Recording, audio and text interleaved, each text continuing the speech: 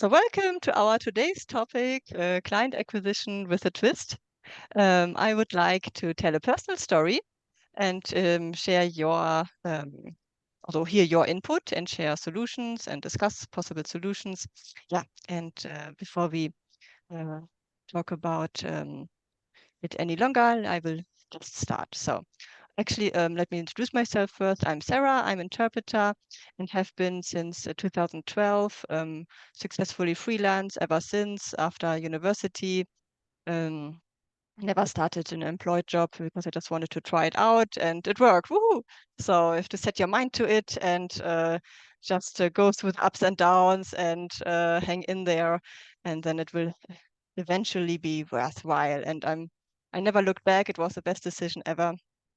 And yeah, but I'm here today to talk about one example of those downs, maybe. And this is in client acquisition when you just are about to start, maybe, or this was in my situation the case. So freshly after university, totally excited and motivated, of course, right? Like, now I will go out there. I know client acquisition is kind of this tedious work, maybe, but we have to do it. I don't mind. So, and then it happened that yeah, I researched companies and also made use of all of my other alumni networks or whatever that you can think of from your past, right? Like actually do this, like alt alumni networks. If you've ever studied something else like me, those alumni networks as well could be your field of specialty after all. Um, or if you were a scholarship student, those kind of foundations usually have very good alumni networks as well. This was the case for me. So also like very active there, not for interpreting, just for networking with former students in this specific environment as well, like all already on the same chemistry and so on. And of course, those people will at some point also have jobs, right?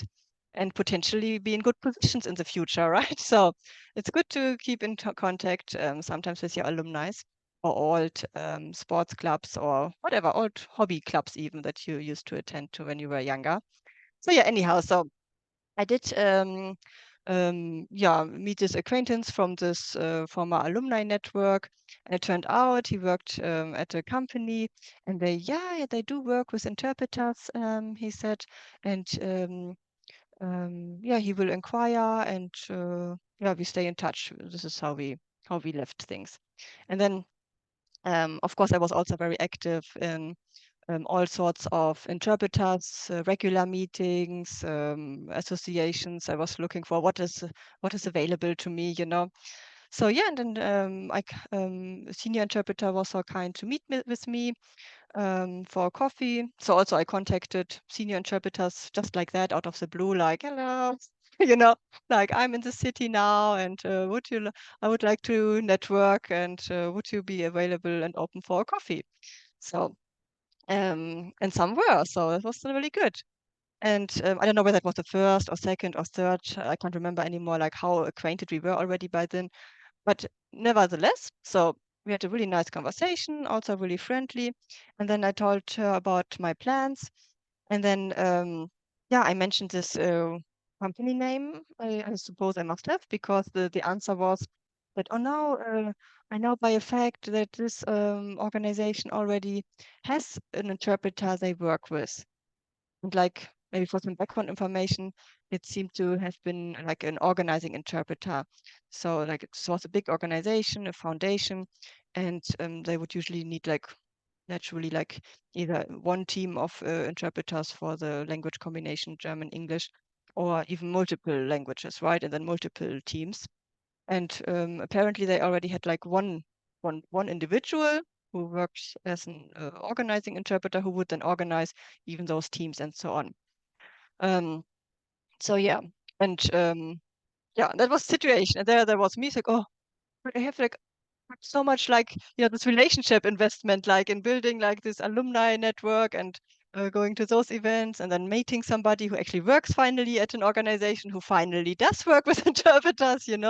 Um, and it's like, what? And now, but this person did not tell me anything. So this person that I was in contact with was in a different department or something and might not have known about that we actually already had this interpreter, right?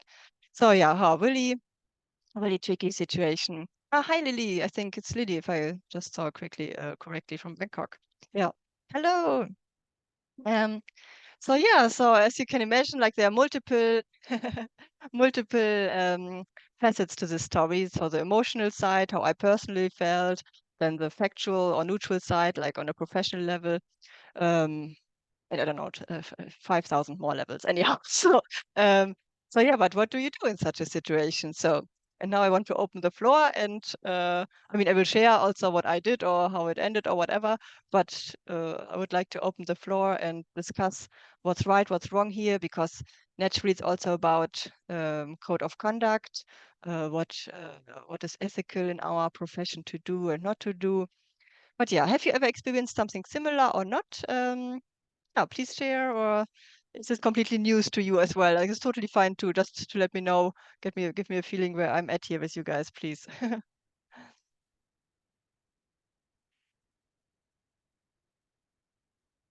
Totally new to you, or are the microphones all muted now? Is that a technical issue again, or? Yeah, Sarah, I think I can't tell anything because you already gave me the chance to interview myself and presented my whole life as an translator and interpreter, and it's I started in 1990, so the the audience who is interested in to hear about my professional journey, they could review one of the replays you shown That's on kind. So you want to give the the slide. floor to others, but Yes, absolutely, sometimes people because are shy, and then it's I good if know. some persons answer, and then it motivates the others as well. But yeah, please, anybody as well, Rafaela. Well, Yeah, I please. well, Yeah. uh, I think that's you did well. I mean, I think the networking is actually very hard, isn't it? Because you have to put yourself out there and connect to people that you already know and new people as well. I think this is the hardest part, especially when you're starting, because you don't know exactly what is the first step that you should be taking. Um, but the experience that you had, I think, unfortunately, I think that that happens in every industry. You always have someone say, "Oh no, that's not the best thing that you should do." Oh no, they already have something. They already have someone. I think that will happen in every industry that I worked in other industries, and you always have someone like that. Yeah. So it's a good thing. I imagine that you continued on, regardless of what this person said. That's why you're here today. So I think you did well in there. Um, but not everybody has that mind, really. I think that if we were, I think I imagine that, especially like Michael just said, that he's been doing this for so long, and like back in time, we didn't have so much information like today. And connecting to people is so much easier today as well because of the internet. So I assume that today will be easier in that sense. But yeah, I think the main thing is look for information, but it's still try to critique.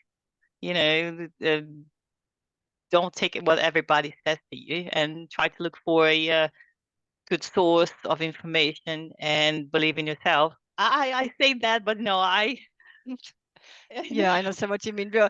Rationally, we all know this, but emotionally, right, it's sometimes difficult to implement, right? Yeah, Yeah, exactly. I Because no, totally, yeah, sometimes you need a reassurance with someone else. Sometimes you need a yeah, reassurance with someone else.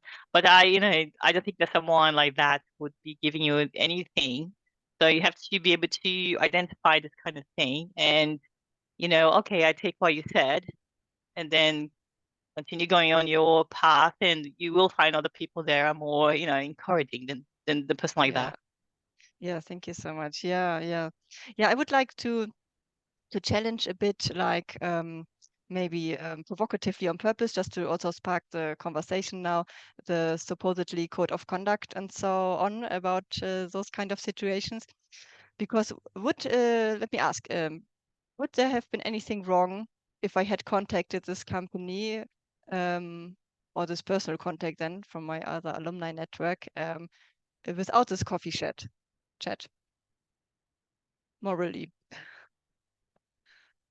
You know what I mean? Like, do you mean like an open an open letter? So there's not a job available, but you send your curriculum to the company, or Yeah. do you mean this? Yeah, exactly. For example, let's call this person Max now. I don't remember, Yeah. to anonymize as well. But like I got to know Max. He was from my by coincidence. Like this is not this personal contact, so we already have this personal kind of connection in a sense because we know each other vaguely, or we don't know each other. Sorry, but we found out that we used to be in the same foundations network, but this is already a connection. Then you're already like, oh, I was in this group as well before a scholarship or whatever, you know. So this is already like a big step forward to the an advancement of trust, right? So and then to send him, for example, like you said, then my curriculum to move on forward to the relevant department or whatever that Yeah, you hires have at interpreters. least one foot in the door, like we say in German. I don't know, it's a good English expression. Yeah. But yeah, in my experience was more like I studied at the that's part of the university in Maastricht for translators and interpreters, and then I did a lot of translation work, and then some of my clients was a translation agency. They got a request for a interpreting assignment, and they said to me, could you do this? Because we know how you translate. You are bilingual, German, Dutch. So we think you could be capable to do it. And I thought, but if you don't shoot, you never will catch the game. So Yeah. I tried it, and I realized, okay, I prepared very thoroughly before that, and it went okay. But I thought, okay, there are a lot of stuff which I can change. But it was a starting point. Yeah, And absolutely. Yeah. remember, I had the same when I was a student. I had a job next to my studies. I studied a few years chemistry, and I was working in a company where they made paints and all the stuff, and I had to deliver the paints to the garages where they fix cars and so on, and to the painters companies. And the first time I had a driver's license, but not for a bigger car like the used Yeah.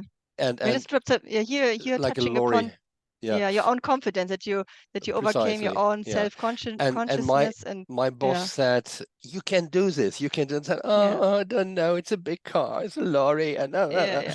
so I did it, and yeah, so then it went okay. I got more was more self-confident afterwards, and then I became a quite good driver Yeah. for this cars or This lorries, is which yeah. weighs about 8 ton or seven and a But half this is a tons. great example where actually you, the interpreter or supplier, Mm. were self-conscious and your clients, boss or whatever, they encouraged you to Yeah, actually that's do true. it, Yeah, what you were in self-conscious both about. cases, yes. So in this situation, what do you do if the Yeah, it's the other supposedly one. senior interpreter actually crushes your Yeah, I self-confidence? know, I know, I know. And Uh, the yeah. problem is Mhm.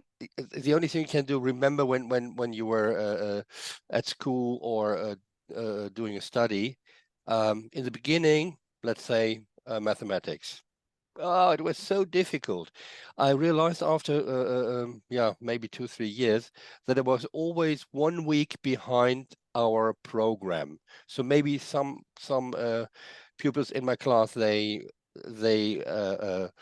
got it earlier than I did, but there was always a moment I understood it, but always a week Yeah. later. So maybe you have to have this kind of mindset to say, okay, I'm busy, I'm studying, and I'm Mhm. becoming better and better. But at the moment, maybe I'm not at the point. But trust yourself is that you will reach the point. So To not be too impatient, to still yes, say, yes, okay, be yes. patient, it will come over So time you at the become a right good time. Yes. interpreter, but you have That's a to good start. mindset, obviously, to not give up too Yeah, soon. even And if in this someone says situation, you are bad or you Yeah. can't do it. So in my situation, what would you have done? Like the senior interpreter told you, you cannot apply to this company, you cannot send your CV to this company, or what would you have done? Would you have not done it? Would you have done it? What is the right code of conduct here? Is the senior interpreter actually in the right?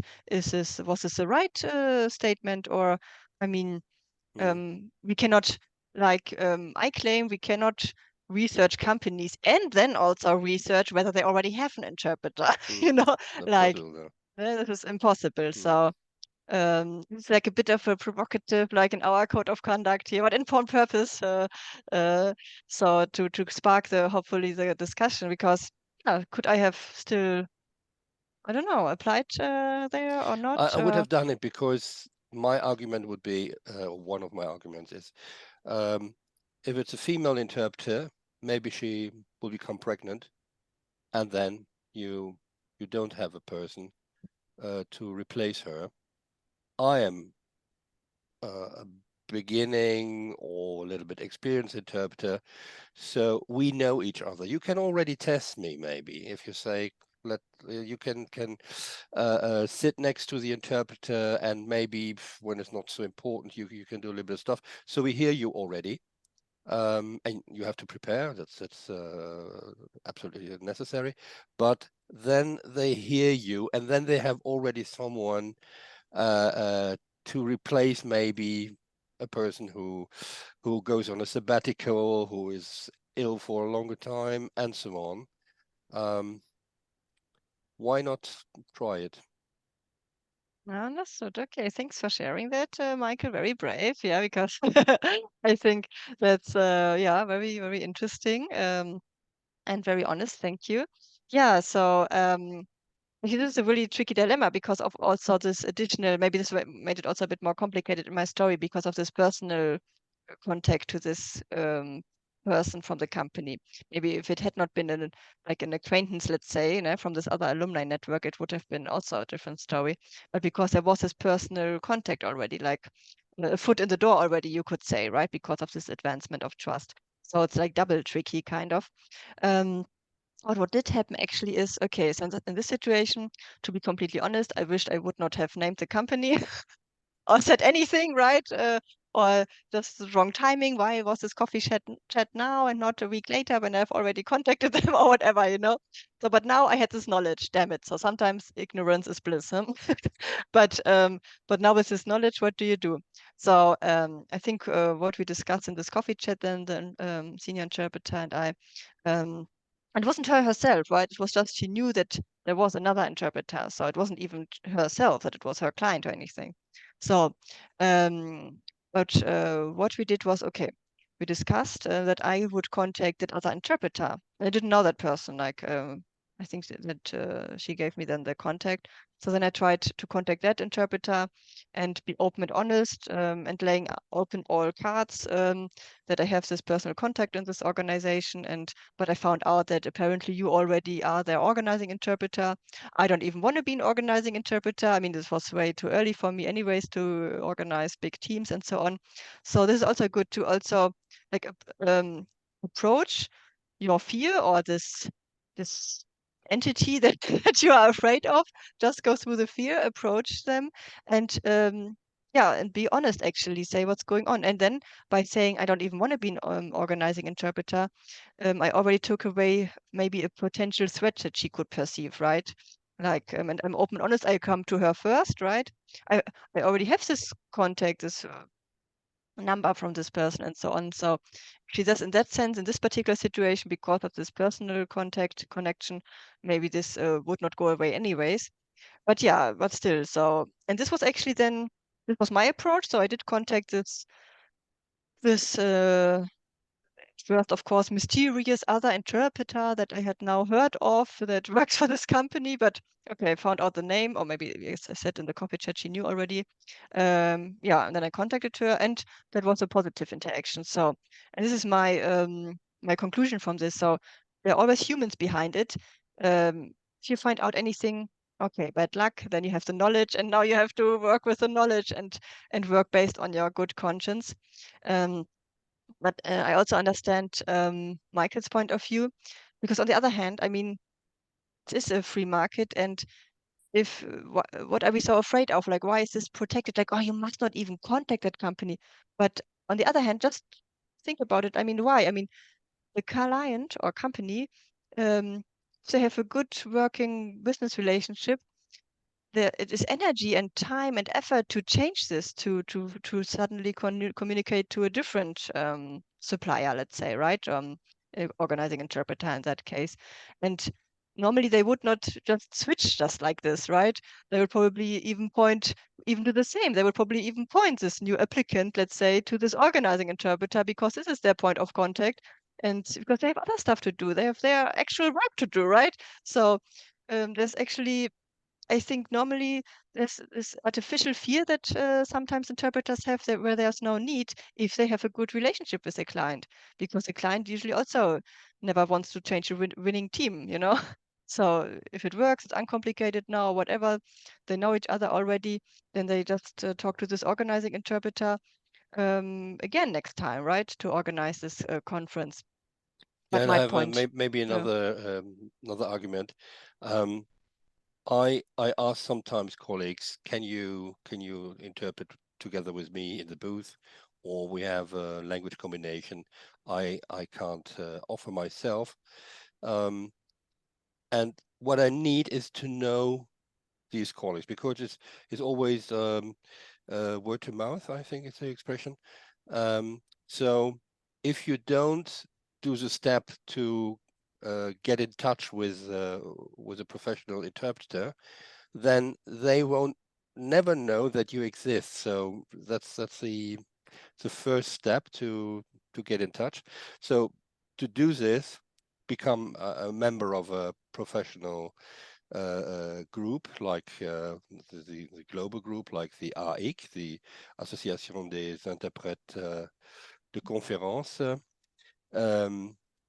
and you can have the national associations which exist and become a part there, or you can be part of a interpreters practice group where they really have a speech and then everyone is interpreting online.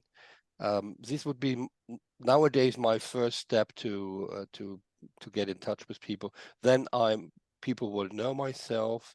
Even if you participate in a webinar or like what we do here, if you come a few times, then your face will be recognized.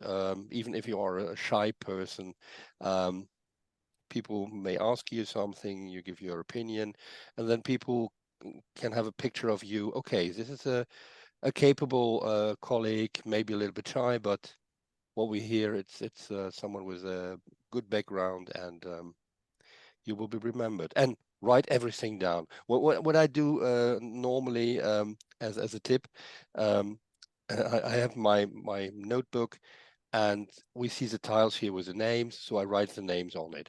When I participate a few times in a group like this or other groups, then the names come back. And I see now our colleague from Bangkok. I think it's about 3 years ago we met during an Yes, yeah. maybe 2-3 times during this group, and I still remember her. I still have a very good impression of her. So Lily, welcome to the group again. And yeah, I can Absolutely, only yeah. advise everyone to do it She like will be a this. spotlight speaker in the near future as well, Wow, so stay wonderful. tuned. Absolute. I'm Yes. curious. Yeah, and speaking of this, actually, hello also Interpslate. Maybe you want to change, show us your first name if you like, at least. If that's okay, so we can say hello. It's so great that you are here. Um, yeah. So yeah, great. Thanks for sharing. So yeah, taking notes afterwards. Do not forget the important data is very good advice as well, Michael. Thank you. Yeah, yeah. But this, I think you see the in my story, um, you see the kind of dilemma of the code of conduct here, right? And this is like a really tricky issue. And at the same time, shows again that there's an interpreting culture that is ruled by fear or something, and this is negative, and this is not good. This doesn't help anybody further. It would be good, for example, if this let me reconstruct this situation a bit differently. If this interpreter that I was speaking to had been that interpreter to this company, and not again over like many corners and so on, but if I was speaking directly to this person that was working for this company, then I think the good thing would be from the senior interpreter to say, oh, thanks for sharing, first of all. I mean, it is like open. We could also just hold back the name or whatever, right? And then say, okay, this is already my company.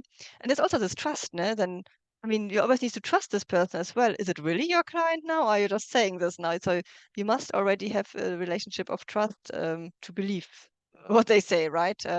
Because you don't want to feel like, okay, oh, damn, I said the company's name and maybe they just want this name now. Oh, gosh. Those kind of thoughts and feelings are devastating and are just breaking our own industry, I think. And we need to transform this into positive, helpful cooperation, I think. So in case this was an interpreter now that was working for the company, a good thing would be to say, I think, thanks for sharing that you found this company and a personal contact. Unfortunately, it's actually my client. I don't know why your contact doesn't know this, but how about next time I will take you on an assignment, right? So to not forbid, like, oh, don't contact them, but like make it like a win-win situation. Like, okay, so I see your effort and I understand, of course, you want clients as well. I will see with my contact from this company why this other person might not know about it or what happened, or inquire herself or himself what's happening. Are they not satisfied anymore? It's probably also a fear that they have. Oh, why does he not know? But it's often in companies that just one hand doesn't know what the other is doing, right? So, so also don't ponder too much on what could, what if. Those thoughts don't help either. But I yeah, think but yeah, maybe if I might interrupt, Sarah, maybe the culture in the interpreting world is different than in the translators world. Translators work mostly with agencies, and for the agency, it's the cheapest one is for me the best one. Quality is less important. So that's what we what we see. But the difference with interpreting is we are visible. We the people hear us. They hear the difference between someone who's not really capable, makes a lot of breaks, doesn't use a good formulations and so on, the idioms and so on. And the client hears this and they know, okay, this is a good quality, this is bad quality. And even if someone comes, okay, I can do the same, but for much less a lower price than you pay at the moment, the client won't change his horses, because these horses were the winning horses at the races. absolutely, yeah. So you have to trust yourself. You have to work on your performance and your skills and your knowledge and be up to date with the technology at the moment. Very, very important. Because we work often online now. So if you do your homework and you become you get your trust in yourself, and the client will hear you will see you, how you behave and so on. So that's a big difference between us as interpreters and the translators. And translators now, Yeah. they are really under pressure, because one push on a button and deep L or BART and so on, they are doing the translation work, and it seems to be perfect, but it's not. Yeah. So that's a big Yeah. problem at the moment That's a for really good translators. point that you mentioned again about that the client's attitude is often never change a winning team, because hiring interpreters is not their main operation. So it's not their main focus. So they do this just alongside many other tasks. So they want it easy and uncomplicated in most cases. And exactly, so often you will be surprised that the price is not the differentiator when somebody knocks at the door. Oh, but I offer it cheaper than this other interpreter. This often is not the reason for them to change because of the winning horse thing, because they already have a good relationship that works. Absolutely. And always remember there are human beings behind it. So you work with human beings and treat them as such. So talk to them and find out what's going on in a friendly, respectful, or professional way. Yeah. And often you can tackle the problem as well. And yeah, and with this code of conduct situation, I also wanted to challenge a bit like,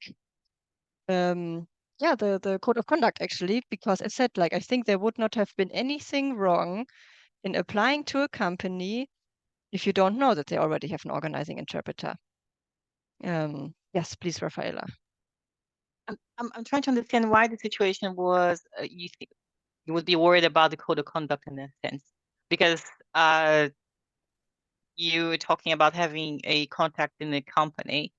So was that interpreter like an in-house interpreter? No, Or also freelance. Yes, yeah. Yeah, thank you for the okay, question. I'll happily clarify. So the code of conduct issue could be in this case that I would still contact the company. So do I contact the company despite the senior interpreter telling me not to? Do I but the still do senior it or not? interpreter does not work in the same company, does she? No, no. Yeah. The So the the, the, I don't think that mhm. there would be a code of conduct, especially because it's the interpreter who works with that company that you're interested in. They like a third party. They don't even work with the company. I mean, they don't even work in the company. Yeah, it's freelance, all freelancers. Yes, yes. It's Yes, also yeah. I would assume that what you did is the right thing, because if you contacted her because you know that she was the organizer. So Mm-hmm. it's almost showing yourself like, here I am. If you need one more person who has the same, languages as me, I think Yeah. it was actually a good That's thing that you did that. interesting. Yeah, that's interesting if you say because this is something you can say maybe I have learned in the German network of interpreters that you're not supposed to like now with the knowledge that this company is already taken, then this company is officially off limits because you know this Right. now. So this is like the official code of conduct I've learned. But I want to challenge this because I'm like, yeah, but I cannot research companies and then research whether they have an interpreter. Sorry, if I don't know it, I have the best conscience if I apply to companies um, and apply with my freelance interpreting services. If I know it, yeah, then it's maybe a bit tricky because indeed you don't want to destroy the relationship to that other interpreter either, even though they might not know you yet. But like Michael also said, like you remember names, the world is small.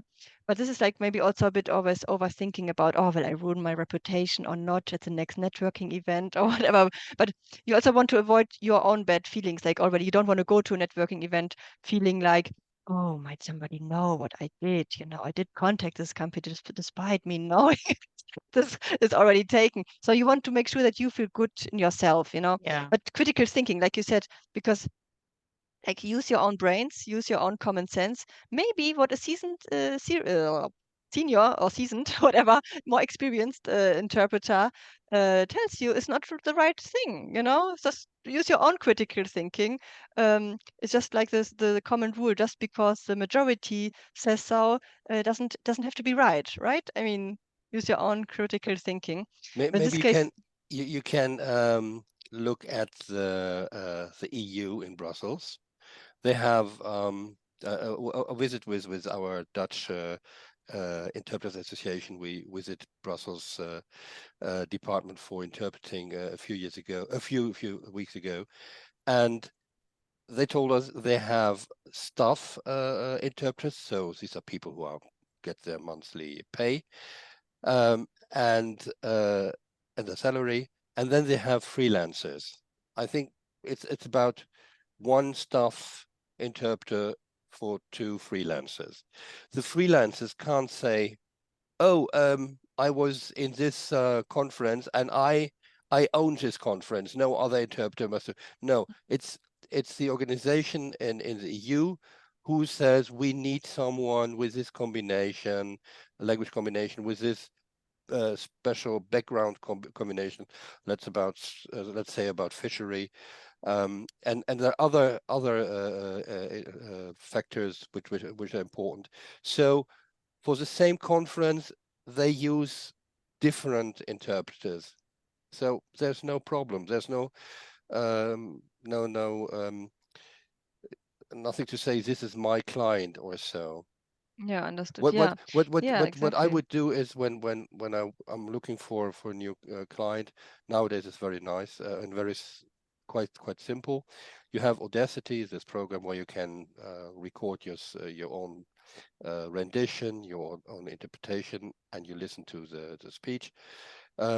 Make a recording with or without your picture. I don't know if it's very important, but send this recording of your voice with a speech. Maybe you change the volumes and you hear the speaker, then you hear your own voice from interpreting, and switch it a little bit so the potential client can hear how you are working, what your rendition is. So this would be a much more important for a client because then they see what you really do, what your quality is, what your capability is, what your skills are. That would be my way of doing it nowadays. Yeah, very We good have idea. people who are speakers who do the synchronization voice as the voiceover for videos, and they also have only their voice to show or to Yeah. so people can Yeah, that's a listen good to. idea. Have a sample of your Yeah. interpreting on your website. Yeah, yeah. And it's interesting what you said about the EU. Exactly there, you cannot say it's my client or anything. No. Yeah, that's yeah. And this is like it just shows the different type of mindset. And I think when interpreters give this kind of advice, like, oh, don't apply there. Oh my gosh, this is off limits. I think it comes from a mindset of scarcity, and this will just increase more scarcity. Because the focus is all on what can go wrong and what's wrong. Because I mean, there were probably so many other pieces of information in this coffee chat, right? But but this one piece like blew up everything. And but why? Because I said, like, if there would be the trust that, oh no, I have a good relationship with my clients, um, even if others applied there, who cares? I don't care because I get regular work from them. Why should they suddenly stop giving me regular work if they are satisfied with me? If it stops, they're human beings. Go there, ask them. Oh, I've noticed it's less frequent now. Can I ask what the reason is? Is there anything I can improve? They are human beings. Go and talk to them. They already have the relationship with you. So that's why I think then you don't need to be afraid if somebody else applies to that client, because ultimately you cannot control it anyways. You can say don't do it, but you don't know what they do, right? When they are back at home or whatever. So better come from a place of like abundance, positivity right away, like not this fear, like, oh, the client, I could lose this client, but you can lose it anyways, like it is. So this doesn't have to do with this one coffee chat or with this one person that found this company. Other people will find this company too and might apply, and without knowing that they already are off limits. So I think this is something amongst our interpreters culture that's like often there's no need. We make our problems ourselves, like, Yeah. and then this You elbow know, mentality. your story kind of reminded me something that I went through recently because, as I said before, I am a PSI. I don't work with conference, at least yet. Public service interpreter. Yeah. Yes. Yeah. So, because I do a lot of medical assignments, but I just got the DPSI, so I want to work with legal. And then, I like to be prepared. So I went to visit a court. I went to the criminal court in London, and I got there because I knew that there will be some interpreters in there. So I wanted to see their work. So, I can see how everything works.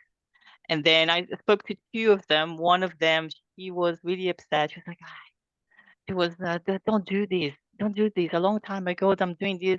This is not good anymore. So don't waste your time. And, so I could have left thinking maybe I shouldn't do this because I'm already new and I'm already stumbling. And then she said something like that. I said, I'm still going to go in one of the courts and watch everything. And I saw another interpreter there, and I was waiting with him because it hadn't started yet. And he was so nice. He was, he gave me tips, things that even though you do the courses and you do the exam and you read about it, you go to webinars, it's still, there's always a new piece of information that you learn. And then he told me a few things that they already knew, but when all information is in your head, you need someone to help you organize it. He gave me so many tips that was like, oh, I left this day here. I came to visit the criminal court, and I left knowing things, knowing new things. And if I had listened to the first interpreter, so I would have, maybe I shouldn't have done this, and given up. Very good. Exactly. You used your own brain, your own critical thinking, and you went away with learning. This is amazing. Yeah, and this is it. Like we get often affected by like the mood of that other person, or even if you still feel a bit unsure, we look for some guidance, right? And it's like, oh, okay, but this changes our energy often as well. But if you notice that it's trying this for the negative, maybe there's time for questioning it actually and use your own brain. Also critical thinking, I mean, but this sounds a bit direct, like brain. Anyhow, and maybe set your inner boundaries yourself, like, okay, might be their opinion, they don't learn anything from this. I took this time anyhow for this event today, this court event, and I will just say now I don't have anything better to do anyways, and maybe I get away with some learning, and you did. So Yeah, that's yeah. that's a good attitude. And I think the baseline is really most interpreters are very kind persons, like to help colleagues, like to help students, like to help people who restart the profession. There are some rotten apples in between. Don't listen to them, but takes criticism, takes them serious. If someone says, I have the impression you are not at the point to do this work at the moment. Maybe do stay with consecutive, which is also very difficult, but it's not simultaneous. And or you have to work on your appearance, how you stay in a group, because everyone sees you and it's not always in the booth. You have to behave, let's say, to know your place in a group of important people.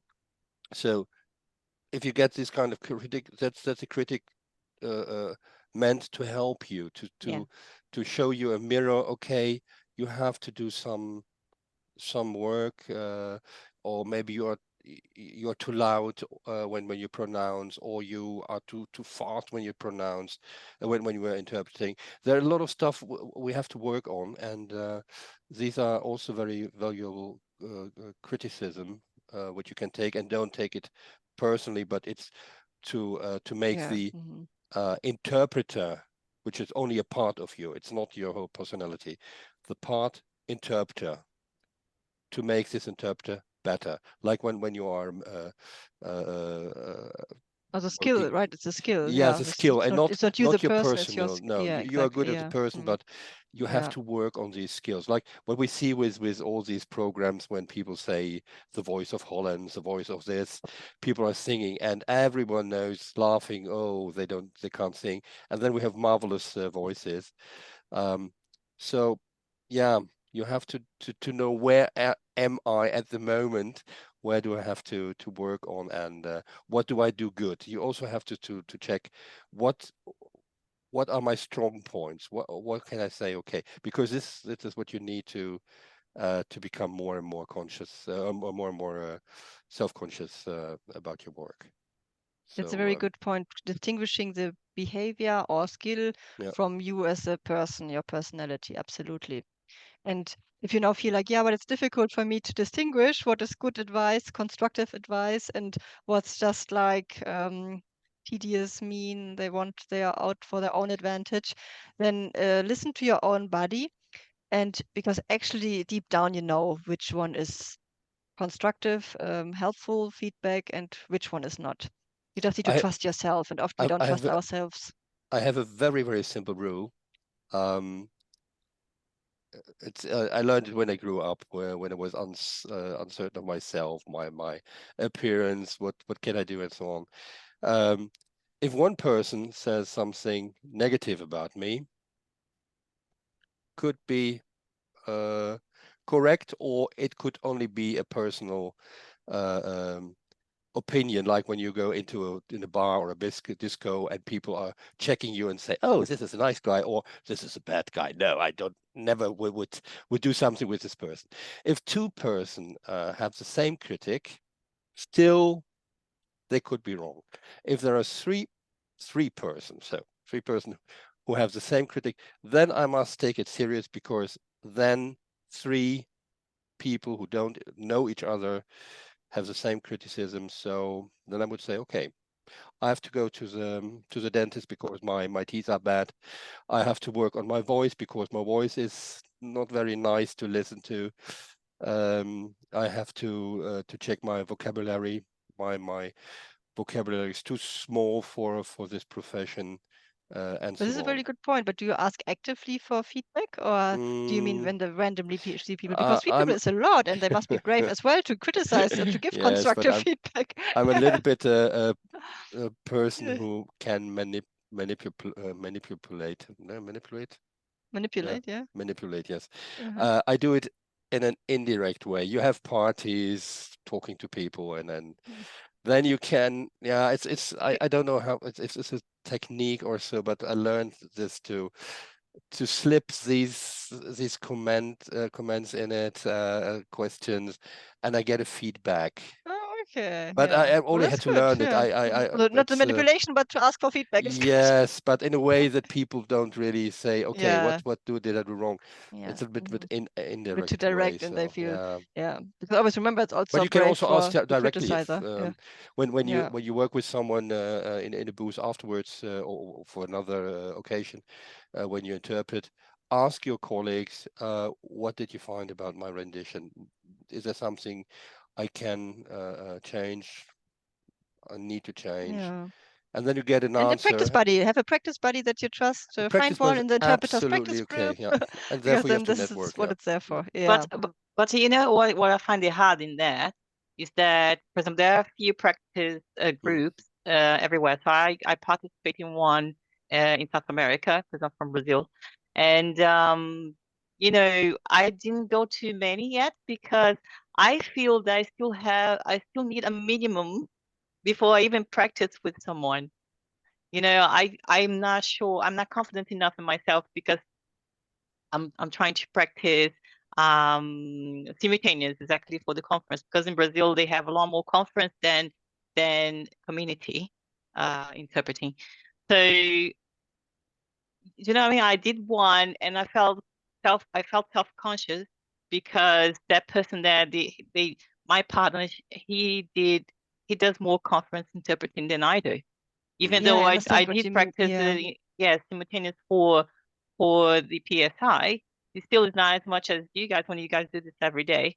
So even for me to start practicing with someone, I feel that I still need a minimum for me to be courageous enough to go and practice with someone. Yeah, thank you for sharing. That's really, really nice to open up like this. I totally understand what you mean. And this is what Michael also just mentioned.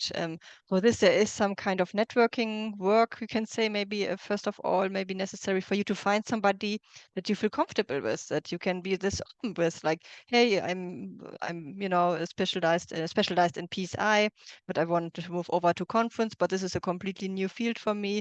Like, I feel like a beginner there, and so just to keep this in mind when we practice, please. So again, like they're all human beings. Explain your situation, and then this is the expectation management, right? Because then the person will not evaluate you. You should not judge anyways, but evaluate your performance as if they thought you were a conference interpreter, maybe, right? Because then this is like, okay, you start from there. So from this level onwards, it's already very good. And then next step, they could improve this and this. So yeah, in the best case, it's probably for you to find another PSI interpreter who wants to move into that direction, right? I mean, who's in the same boat. Post into the interpreters practice group and look for another PSI who wants to practice simultaneous interpreting. Or yeah, Yes, yes. I mean, as I said, I do have some practice in simultaneous, and I try to do that on my own at home so I can keep yeah, up. But it's a completely different thing, isn't it? So it's good when you have a partner. But again, then yes.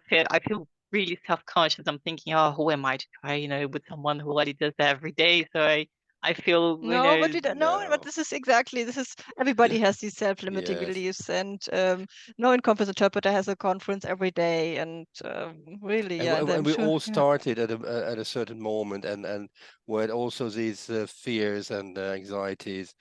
yeah, And what I encounter, like are all colleagues who want to give you advice, to help you in a constructive way, and not in, oh, you're so bad, no, never do this again.